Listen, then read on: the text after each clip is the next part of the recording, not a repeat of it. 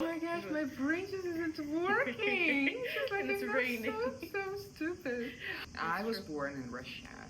You are from Ukraine. Okay. I mean, like, that was super duper interesting story. Can I ask you to tell how we met? Absolutely. And, like, why it started, why we're sitting here at the villa. So it's very, very interesting. We actually met 2 months ago. I believe that's crazy that it's already been 2 months. We met 2 months ago in the most random spot in Ubud. It was on the outskirts of Ubud, next to a jungle and a rice field. And I saw Maria talking in Russian, but I didn't pay attention to the fact that it was Russian language. I paid attention to the way that she was speaking and pronouncing things and like the temp of her voice, so to say. So I was like, okay, like I really want to ask her what she does, where she's from, whatever. Like I can kind of tell she's from Russia, but I don't want to, like, with everything going on, I don't want to say anything.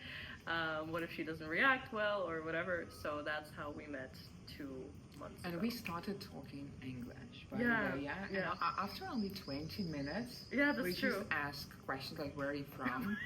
Yeah. And funny. yeah, and it was funny that we're both Marias and love stray dogs. That's true. We were feeding a stray dog there. It's just like, you know, helped in our friendship somehow, but it doesn't really matter. Yeah, it Let's was leave really cute. a stray dog behind. So the point is, the most surprising fact for me was except that she's Maria, but she does public speaking in Austria. Am I right? Exactly. Yeah, tell me about your job.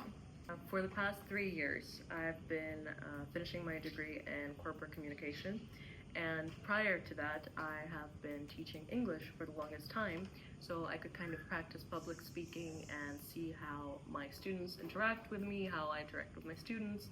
I used to coach online, and I used to coach offline.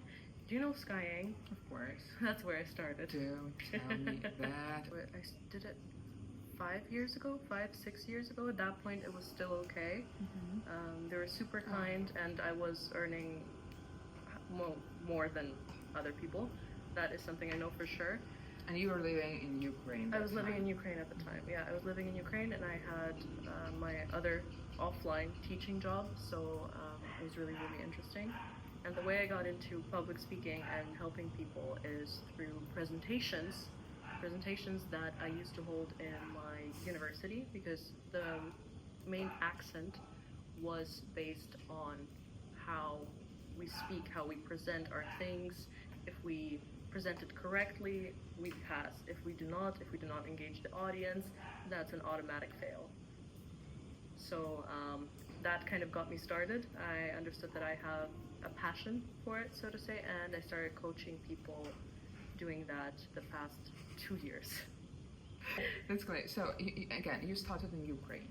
I started in Ukraine. Yeah, and where did you get this pronunciation? Like, was it the education in Ukraine, is that good in terms of pronunciation? Absolutely not.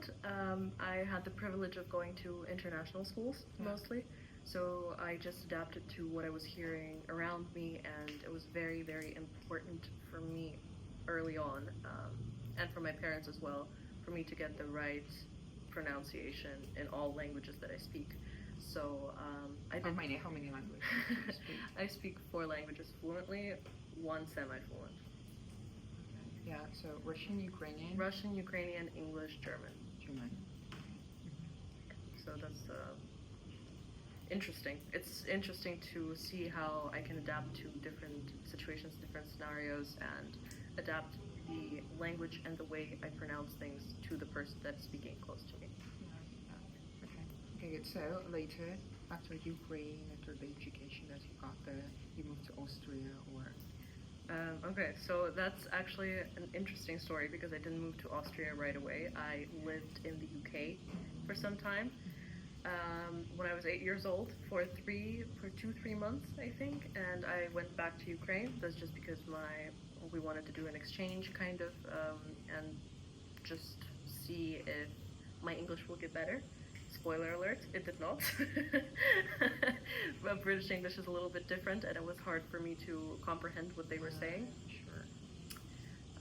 And afterwards, when I was 11 years old, I went to Austria, stayed there for 4 years, Also went to an international/American school, but mostly Catholic schools. Wow. Yeah. Well, we're not going to dive. We're not gonna dive into that. That's a lot. Sure. That's a lot. Tell me about your students and the clients you've been working with. I mean, in terms of public speaking. Okay. Any startups or projects? Yes, there have been a lot of startups, especially with friends of mine. That's how I started. They knew that I could present pretty well because they actually coached me towards my bachelor thesis defense, and that was something. That was definitely something. So my friends actually did a startup company of IT, and they needed to get on TikTok and start talking more, but they couldn't really feel themselves as comfortable as they would like to be. So they asked me to kind of coach them through it, and I did, and now they produce amazing TikToks. I really like them, even though I don't understand a single thing in IT. What did you work on? What did we work on? Yeah. Basically, we worked on confidence, delivering confidence through speech, how to use your gestures in order to help you to speak, how you manage in front of a big audience, a small audience. We kind of tested that and saw where the problem lied, because it was really interesting. They had issues speaking to a smaller crowd than to a larger crowd, which isn't really that common.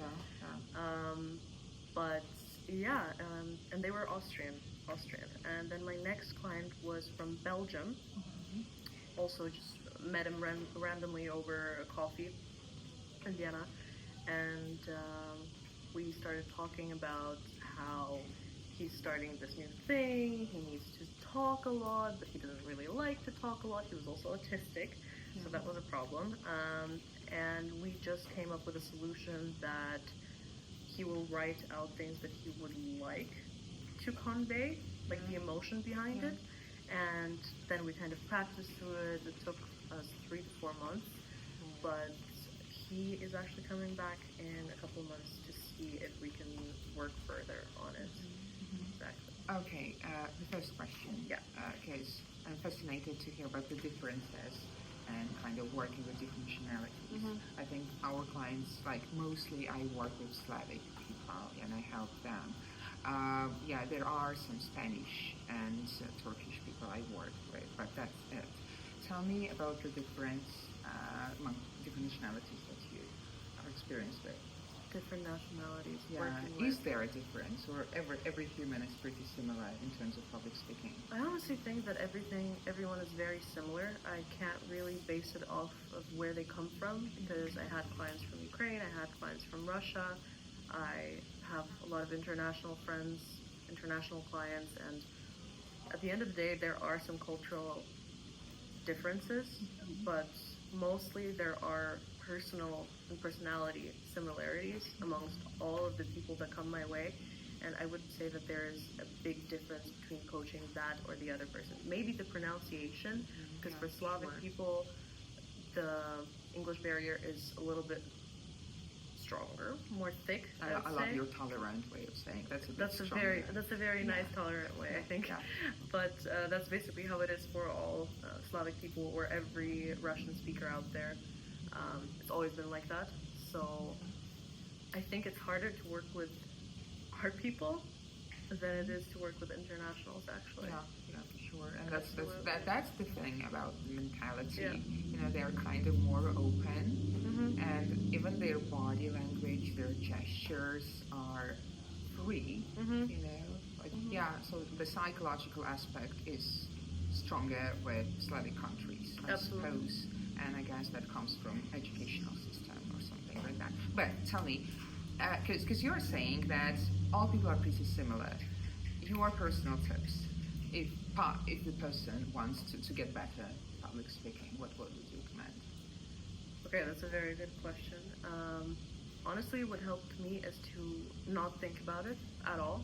Like, don't fully go into the room thinking that, oh, I'm going to present in front of 100 people. How many are 100 people? Is that like 10 by 10, or how many people are in front of me? For me, I just turn off my head completely. I don't see them as people, as bad as it may sound. I just see it as something fun to do and a fun interaction that can be had. and I just view it in terms of energy.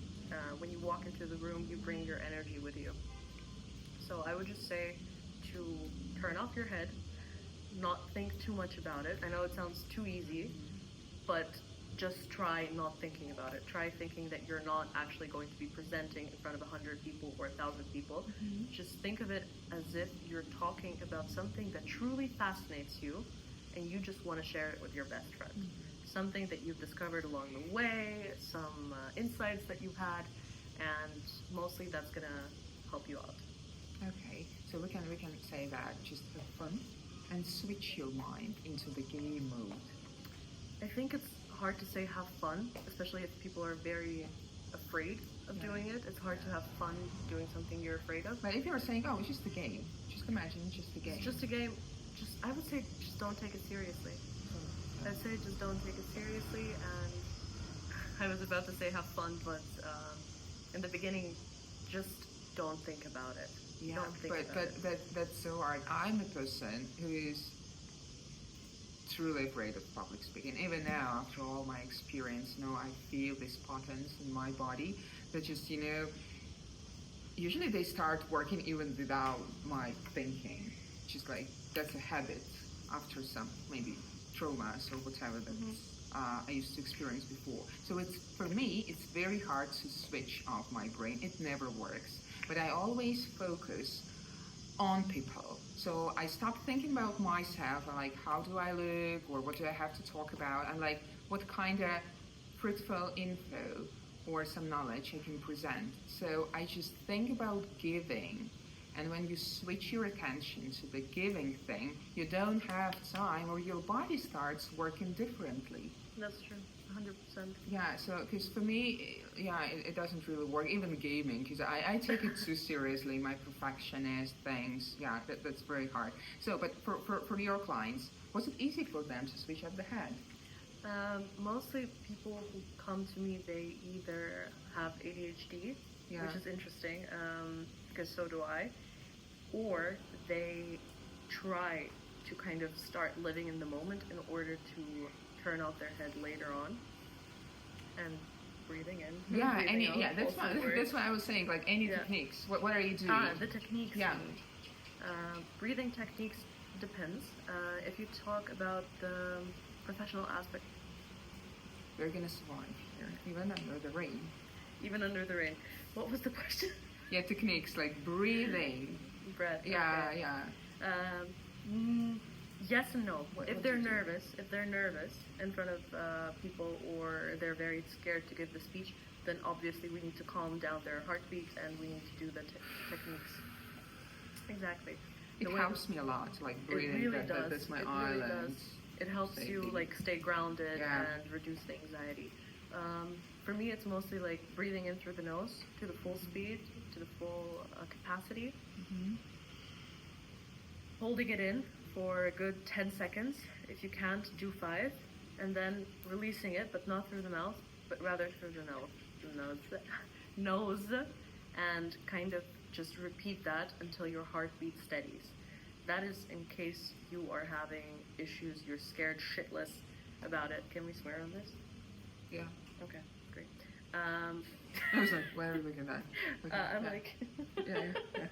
Yeah, we can swear. Okay. Basically that. What else? The techniques that I use. Yeah, anything truly special. I don't know. Do you work with your students, in the walking mode? Do you ask them to move, working with body, or just like some plots and scripts, or? No, we don't do scripting. Usually I teach it for, I want the students to kind of take everything and say everything from the heart, because in case they forget something or they don't write something down, you have to talk from the heart. Obviously you can have your notes, that's not a problem. The breathing works. What also helps is walking around, definitely walking around, looking into different directions. For example, if you're feeling anxious or you need to slow down, no problem. You don't need to tell the crowd that, hey, I'm gonna slow down now. You just go, take a sip of water, gather yourself. Afterwards, just put down the water and continue talking. That's a nice pause for all public speakers, I think, and it's not too obvious. I mean, now it is, but it wasn't before. Good, good. Okay, so you haven't worked with very different cultures again, for instance, Japan and the USA, mostly Europeans. Mostly Europeans. Yes, it's only been Europeans. I have had the pleasure of speaking to Asians of the Asian countries, Japanese, Chinese, Vietnamese, Indonesian even, but we didn't really go into the coaching part, but I did talk to them about it in general, and there are significant cultural differences there and the way that they present themselves while speaking. For instance, they're holding, if we're talking about Europeans and Slavic people, we're saying they are more open. We use more gestures, we communicate more with passion, with the right tone of voice. We go from up, down, the range of voice. The range of voice, exactly. For the Asian cultures, from what I've seen so far, I may be wrong, they do not do that. They kind of stay more fixated, fixated, monotone. They just want to get to the point. It's not, they don't want to entertain the crowd. They want to get to the point. With Americans, it's more fun, definitely. It's definitely more That's fun. the capital of fun. Yeah, in it's the terms of capital of public fun. speaking, Absolutely, 100%. So no, I didn't have the privilege of working with any U.S. clients yet. Good. So let's focus on Europeans then. If there are any Slavic people who want to present, any projects for European companies, what would you recommend? What's going to be the key of success? What do they have to pay attention? What style of presentation is acceptable in Europe? It's really, at the end of the day, it depends on which company you're applying for, which presentation you're giving. If it has something to do with design or creativity, be as creative as possible, be out of the box, swear a little, bring in cuss words. That works so well to relax the people and to really tune them into what you're saying. Works like a charm. Doesn't work even with Austrian Yeah, and German? 'Cause absolutely. I've heard they're too formal. No. It seems that way, definitely, but they're not too formal. A lot of people think they are. Yeah. But we even have this, oh my god, we even have this thing in Austria where you don't say the correct form for an older person, like вы in Russian. They tell us not to use the вы form, although all our life, every time we learn German language, we're taught to be using those forms, which is so interesting. They extra ask you to be more informal with them, actually. So the times are changing. The times are definitely changing, and the last 10 years, it's been very different from how it was 20 years ago. Wow. Because I used to study in Germany as an exchange student, Okay. and I remember, this cultural difference, and that Germans, they are so intense in learning process and seem very distant and formal and focused on. That was a big difference in comparison with Spanish or French people, where you can actually feel this freedom. Now it's different. I would definitely say that it's definitely different, and it also depends on which branch of communication you're going into.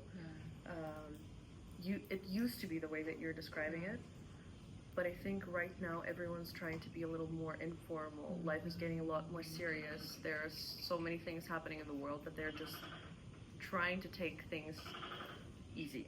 And even the firms, the Austrian firms that have been around for over 100 years, and their team is mostly traditional, right? They want those traditional values in their company. Exactly, the conservative aspect. They don't do it anymore. They do TikTok, they do memes, they do fun things. Everything is changing, so I think it would be beneficial to be as informal as you can. Of course, hold up some respect. Make sure they know that they're being respected, but don't think too much into it. And if you feel like you can swear with them or say an occasional cuss word, they will just love you for it. Obviously, know your audience. You have to know your audience. That's the most important thing, I think. If it's a group of teenagers, go ahead, be as fun as you are. But if it's a group of directors where everyone's over 60, then probably don't use a swear word. Yeah, but at the same time, you told me like the time has been changed, right? And I think, know your audience in terms of you have to feel your audience, the connection that you are having at the moment with them. Because maybe the 60-year-old top managers, they will love you for using sense of humor or these words that you mentioned. Just you have to get the right connection. And here is the question: do you teach people how to get the right connection with the audience? That is something I do teach later on when they have completed a certain amount of speeches, for example. I always do like a little mini quiz before letting them out into the world, so to say. And I give them different situations and I ask them to do improv, to improvise, because at the end of the day, if you do not improvise, if you lose yourself on stage, you need to be able to get out of that little bubble that you put yourself in. So I do tell them to kind of feel the audience, make a connection, meet with the eyes, sometimes joke around with the audience as well, like bring them into your joke, or say ask personal questions or non-personal questions. Engage your audience. It's very important to be engaged with the audience. Is that what you're asking? Yeah. Okay. Did I answer it? Kind of, okay. That was really good. So if we just like sum up, right? If the person wants to improve public speaking in English, that's a Slavic one, or like non-native, the list of recommendations for their homework. What can they do? How they can kind of self-studying book. The self-studying book. Yeah. Okay, I think mine are going to be a little bit different from yours because let's compare. Let's compare notes.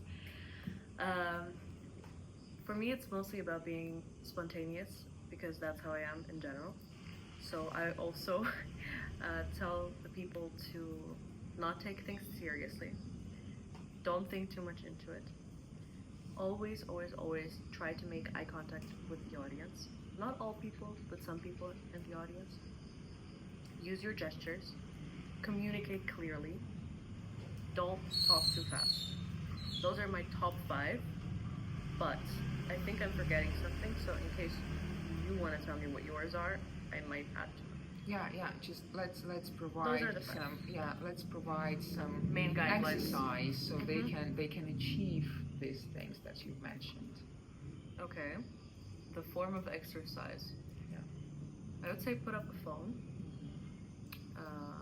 Put up a phone onto the mirror so you can see yourself. Or if you prefer not to see yourself, just put up a phone. Don't go into public speaking. If you're so hard on yourself. Yeah, but I'm kidding. You're hopeless. Everyone I think is kind of scared of that. Yeah, sure. But yeah, just try to... just relax. Maria things. Yeah. Just try to focus on what's important to you. And if public speaking is important to you, just put up your phone, as I was trying to say. Start telling your phone or yourself, pretend you're talking to yourself or your best friend, how your day went. Something simple, something you know. Or if you're an engineer, I don't know, talk about engineering work.